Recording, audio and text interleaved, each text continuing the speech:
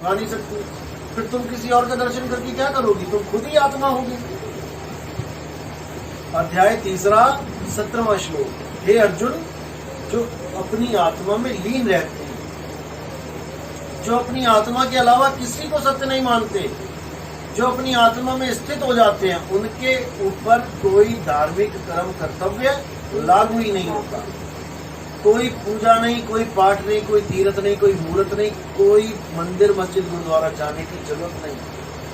वो घर में ही परमात्मा को पा लेते हैं। नंबर 18 श्लोक क्या कहता है? 3 अध्याय का। जो अपनी आत्मा में रमण कर लेते हैं, आत्म सिद्ध हो जाते हैं, वो किसी अन्य जीव पर निर्भर भी नहीं रह जाते। अब ऐसा नहीं कि कोई कृष्ण जी आएगा, राम जी आएगा तब तुम्हें पार करेगा, या कोई गुरु जी आएंगे पार करेंगे। तुम खुद ही पार हो जाओगी, क्योंकि तुम वो हो गई हो जिसकी महिमा कृष्ण जी भी गाते हैं। क्या हो गई हो? आत्मा। वो आत्मा अजर है, अमर है, अविनाशी है। शरीर सबके नाशवान है। लक्ष्मण जी को तीर लगा, मूर्छा हुई कि नहीं हुई? और जरा तेज लग जाता तो क्या हो जाता? तो फिर जब भगवान ही मर गया तो फिर तुम कहाँ बचोगी? तुम उन भगवानों की पूजा कर रही है जो आते हैं, जाते हैं, मर जाते हैं। करनी किसकी पूजा है? हे अर्जुन, आत्मा नित्य है, शाश्वत है, आत्मा ही अमर है, आत्मा ही पूजनीय है। जो आत्मा को नहीं जान पाते वो अपना अनमोल मानुष जन्म बर्बाद करके चले जाते हैं। उनको 184 में जाना पड़ता है। कुत्ता, बिल्ली, हाथी, घोड़ा, गाय बन के घूमना पड़ेगा तुम्हें। कृष्ण जी की प्यारी गाय नहीं थी क्या? तो प्यारी थी तो इंसान चलो देते ना उसको। तो 84 में क्यों भटका रखा है? पूजा पाठ करके गरुड़ का प्यार, गरुड़ किसका प्यारा? विष्णु जी का। इतना प्यारा तो इंसान बना देना उसको, क्यों पक्षी बना रखा है? तुम क्या जानवर बनना चाहती हो? तो प्यारा गरुड़ बना देगा वो तुम्हें, तुम्हारे ऊपर बैठ के सवारी करेंगे। इतना पूजा पाठ करके भी मनुष्य जन्म नहीं मिलता, मुक्ति नहीं मिलती, तो फायदा क्या है? किसी की पूजा नहीं करनी है। कबीर साहब कहते हैं, जो तिलमाही तेल है और जो चकमक में आग, तेरा साईं तुझ में है, जाग सके तुझा। मेरा साईं ये मुझ में है तो मैं किसी और को क्यों देखूं भाई? मैं हिंदू हूं तो देख रहा हूं, मैं मुसलमान हो जाता फिर कभी कृष्ण जी का मुंह ना देखता। मैं ईसाइयों के पैदा हो जाता अमेरिका में, कृष्ण जी का तो मुझे अता पता भी ना लगता है कौन। ये एस्कॉन वाले जाते ढोलकी पीटते हुए, तब मैं समझता कि अच्छा कृष्ण जी भी कोई है। आते हैं अंग्रेज नाचते हुए, लेकिन वो भी क्या नाच रहे हैं? केवल शरीर समझ के। कृष्ण जी को शरीर समझ के नाचते हैं वो लोग। कृष्ण जी को आत्मा समझने वाला कोई नहीं मिलेगा। और जबकि कृष्ण जी ने आत्मा की ही महिमा गाई है। अध्याय 2 पढ़ो, पूरा आत्मा आत्मा आत्मा आत्मा ही कर रखा है। तो क्यों किया है आत्मा आत्मा? जब तुम भगवान हो तो अपना नाम लो ना हर अध्याय में। फिर आत्मा कहां से आ गई बीच में? अपना नाम उन्होंने तब लिया है जब तुम आत्मा को ना जान पाओ, तुम आत्मज्ञानी ना हो पाओ, तो मेरी शरण में आ जाओ कि कम से कम पूजा करते रहो। अब बिना कोई गलत काम करने से अच्छा है किसी की पूजा कर लो। लेकिन ये काम है अज्ञानियों का, मूढ़ लोगों का, अल्प बुद्धियों का। जिनकी मोटी बुद्धि है वो देवी देवताओं की पूजा करते हैं। और देवी देवताओं की पूजा यानी कि हम कृष्ण जी को भी देवता बना के पूजते हैं, क्योंकि मोटी बुद्धि है। अब पतली कहाँ से होए? जब तक गुरु नहीं मिला, जब तक वो पतली होगी भी नहीं। इसलिए बोला है कि गुरु बिन पढ़े जो वेद पुराना, सार न जाने रहे अज्ञाना। तो सार जान ही नहीं सकता कोई, ग्रंथों में लिखा गया है। इसलिए आत्मा ज्ञान सबसे इम्पोर्टेंट है। कबीर साहब कहते हैं, आत्म ज्ञान बिना नर भटके, कभी काबा कभी काशी, और जल में मीन प्यासी, मुझे देखत आवे हासी। जब तक तुम्हें आत्मज्ञान नहीं हुआ तुम्हें कृष्ण कभी नहीं मिलेगा, सपने में भी नहीं मिलेगा तुम्हें। नहीं तो कृष्ण जी के कपड़े ही मिलेंगे। शेरावाली माता के कपड़े धोती रहो सारी उम्र, राम जी के कपड़े धोती रहो, लेकिन राम कौन है, कृष्ण कौन है, शेरावाली माता कौन है, कभी नहीं जान पाओगे। ऐसे ही तुम कौन हो ये भी नहीं जान पाओगी। तुम आदमी हो कि औरत हो? औरत हो ना। औरत कहाँ से हो तुम? ये तो शरीर है औरत का। तुम्हें शरीर मिल गया माँ के गर्भ में औरत का, तो तुम औरत का शरीर ढोके चलने लग गई। अंत में तुम औरत का शरीर भी छोड़ के चली जाओगी। वो कौन है जो गया? तो फिर आत्मा ना आदमी है ना औरत है। आत्मा आत्मा है। आत्मा कोई लिंग भेद में नहीं आता कि स्त्रीलिंग और पुल्लिंग। आत्मा आत्मा है। शरीर केवल तुम्हारी एक गाड़ी है। जैसे कार लेके आए हम लोग, अब कार कहाँ खड़ी है? कार बाहर खड़ी है, हम अंदर आ गए। तो मैं क्या गाड़ी था कभी? मैं कोई कार था क्या? अगर मैं कार होता तो मैं बाहर ही खड़ा रहता। ऐसे ही अगर तुम औरत होती तो तुम कभी जाती ना छोड़ के? तुम तो औरत हो, औरत का शरीर पड़ा है, तुम कहाँ से चली गई? तुम औरत नहीं हो, मैं आदमी नहीं हूँ, ये बच्चे नहीं हैं, ये शरीर हैं। इन शरीरों को हर एक जीवात्मा चला रही है और एक दिन केले के छिलके की तरफ फेंक के निकल जाएगी। जैसे तुम शरीर नहीं हो, वैसे तुम्हारा भगवान शरीर है। तुम शरीरों से परे हो, भगवान भी शरीरों से परे हो। समझे? तो ये शायद कि जो देवी देवता है, हम यहाँ पूछते हैं, तो वो कहाँ रहते हैं? मतलब सब कल्पनाओं में रहते हैं। मैं बता रहा हूँ ना, जितने भी लोग हैं कल्पना के लोग हैं। ये जो ये दुनिया दिख रही है, ये भी कल्पना ही है, लेकिन ये इतनी सॉलिड कल्पना है कि तुम्हें लगता है ये सच है। सत्य है। ये सच है। जब तुम सपने में जाती हो, सपने में गई ना, जब शेर दिखता है, सांप दिखता है तो भागती है ना? क्यों भागती है? वो तो सपना है। क्यों भागती है? वो तो सपना है। लेकिन तुम्हें वहां याद ही नहीं रहता कि वो सपना है, तुम्हें लगता है यही सत्य है। ऐसे ही ये भी एक सपना है, लेकिन तुम्हें लग रहा है नहीं ये सत्य है। बस बात इतनी सी। आत्मा को पहचानेंगे। आत्मा को पहचानेंगे तब, पहले आत्मा को जानेंगे, आत्मा के गुण पहचानेंगे, आत्मा होती कैसी है। आत्मा कोई आदमी और औरत नहीं होती। मैंने फोटो शेयर की थी ना एक कल स्टेटस पे, वो आत्मा घूम रही है। गीता है किसी के पास? तू और मैं शरीर नहीं है। तू और मैं शरीर नहीं है। शरीर तो इस जीव आत्मा के कपड़े हैं। शरीर कपड़े हैं। अब जैसे मैंने कपड़े वॉशरूम में छोड़ दिए, अब कोई जाके वहां पे कपड़े के ऊपर चाय डाल दे, बिस्किट डाल दे, रोटी डाल दे, खाना डाल दे कि ये नितिन दास है, इसकी सेवा कर रहे हैं, भोग लगा रहे हैं। तुम कपड़ों के ऊपर चाय बिस्किट डाल के आगे तो मुझे मिला क्या? तो ये शरीर तो कपड़े हैं। तुम जो पूजा कर रही हो, कपड़ों की पूजा कर रही हो। शरीर कपड़े हैं। शरीर कपड़े हैं तो फिर कृष्ण कौन है? जब शरीर यानी कृष्ण जी का शरीर कपड़े हैं, तो कृष्ण कौन है?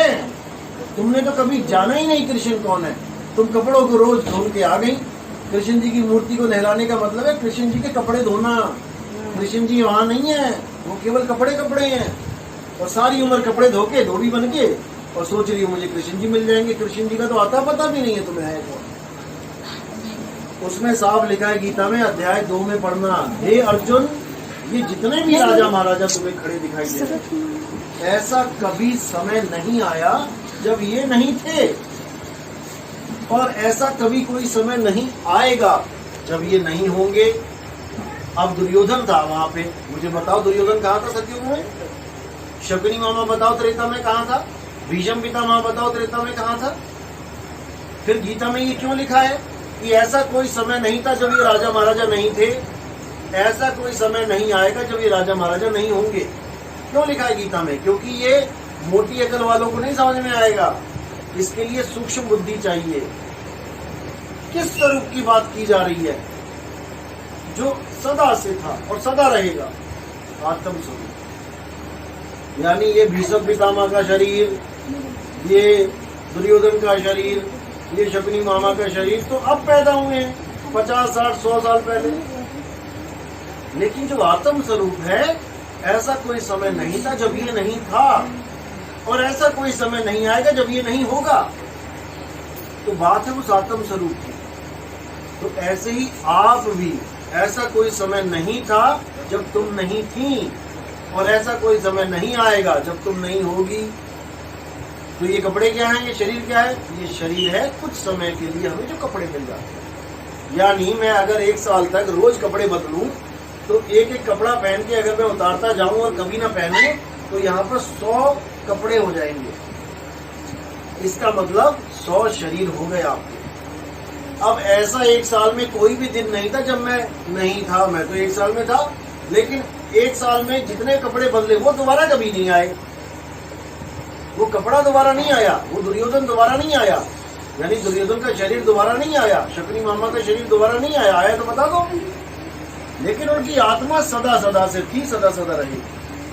तो पूजा किसकी है? आत्मा की पूजा। हे अर्जुन, जो लोग नाशवान शरीरों की पूजा करते हैं वो महा अज्ञानी हैं। पूजा उसकी करनी चाहिए जिसको ना शस्त्र काट सकता है, ना अग्नि जला सकती है, ना वायु सुखा सकती है, ना जल भिगो सकता है, वो पूजनीय है। जिसको बोला नैनम छिन्दन्ति शस्त्राणि, सुना दो आप, नैनम दहती पावका। तो जब ये बोल दिया उन्होंने तो तुम किसकी पूजा कर रही हो? जिसके पैर में तीर लगा और कैसे मृत्यु हुई कृष्ण जी की पता है? कैसे? पैर में तीर लगा ना, तो कृष्ण जी तो कह रहे थे कि उसको शस्त्र नहीं काट सकता, उसको अस्त्र नहीं मार सकता, तो फिर किस शस्त्र किसके लग गया? तो फिर इसीलिए अर्जुन को बोला गया, अर्जुन ये शरीर नाशवान है, ये शरीर असत्य है, सत्य केवल आत्मा है, जिसको कोई अस्त्र शस्त्र काट नहीं सकता, अग्नि जला नहीं सकती, पानी भिगो नहीं सकता। भगवान राम की मृत्यु कैसे हुई थी? क्या किया था उन्होंने? हैं? जल समाधि ली थी सरयू नदी में। तो जल कैसे भिगो गया? फिर जल के जलने कैसे खत्म कर दिया? यानी कि वो नहीं है वो चीज जिसको हम मान के बैठे हैं। गीता में इतना स्पष्ट बताया गया कि केवल आत्मा ही एक सत्य है, आत्मा के अलावा सब झूठ है। चाहे कोई भी शरीर हो, सब झूठ है। शरीर है क्या? हड्डी, मांस, नाड़ियां, खून, ये 10 इंद्रियां, आंख, नाक, कान, 10 इंद्रियों से गंदगी निकलती है। 10 इंद्रियों से गंदगी निकलती है। और ऐसा नहीं कि तुम्हारी निकलती है, देवी देवताओं की भी निकलती है, सबकी निकलती है। तो फिर वो पूजनीय कहाँ है वो? तो मैं बोलती कि इतना मतलब क्यों पूछते हैं लोग, इतना पूछते हैं कि बहुत, और हमेशा भगवान को भीख मांगते हैं, दो दो दो ऐसे। मैं फिर पहले ऐसे करती। भगवान कोई एटीएम नहीं है कि जाके उसके एटीएम डाला और पैसे निकाल के आ गए। भगवान से मांगनी है, मुक्ति मांगो कि बहुत रह लिए इस जेल में, रहना नहीं देश बेगाना। आप कृष्ण जी की भक्ति कर रहे हो, अच्छी बात है, लेकिन आप कृष्ण जी के ज्ञान को नहीं समझ रहे। जिस दिन आपने कृष्ण जी को ज्ञान, कृष्ण जी का जो ज्ञान है उसको समझ लिया, आप 99.99% कबीरपंथी हो जाओगे। ज्ञान नहीं समझ में आता है तो समझाने वाला समझा रहा है तो समझो ना उसको। नहीं, मैं समझती नहीं है, मैं सब बताती हूँ ना, तो मेरा तो सुनती नहीं, मेरा तो कोई नहीं सुनता।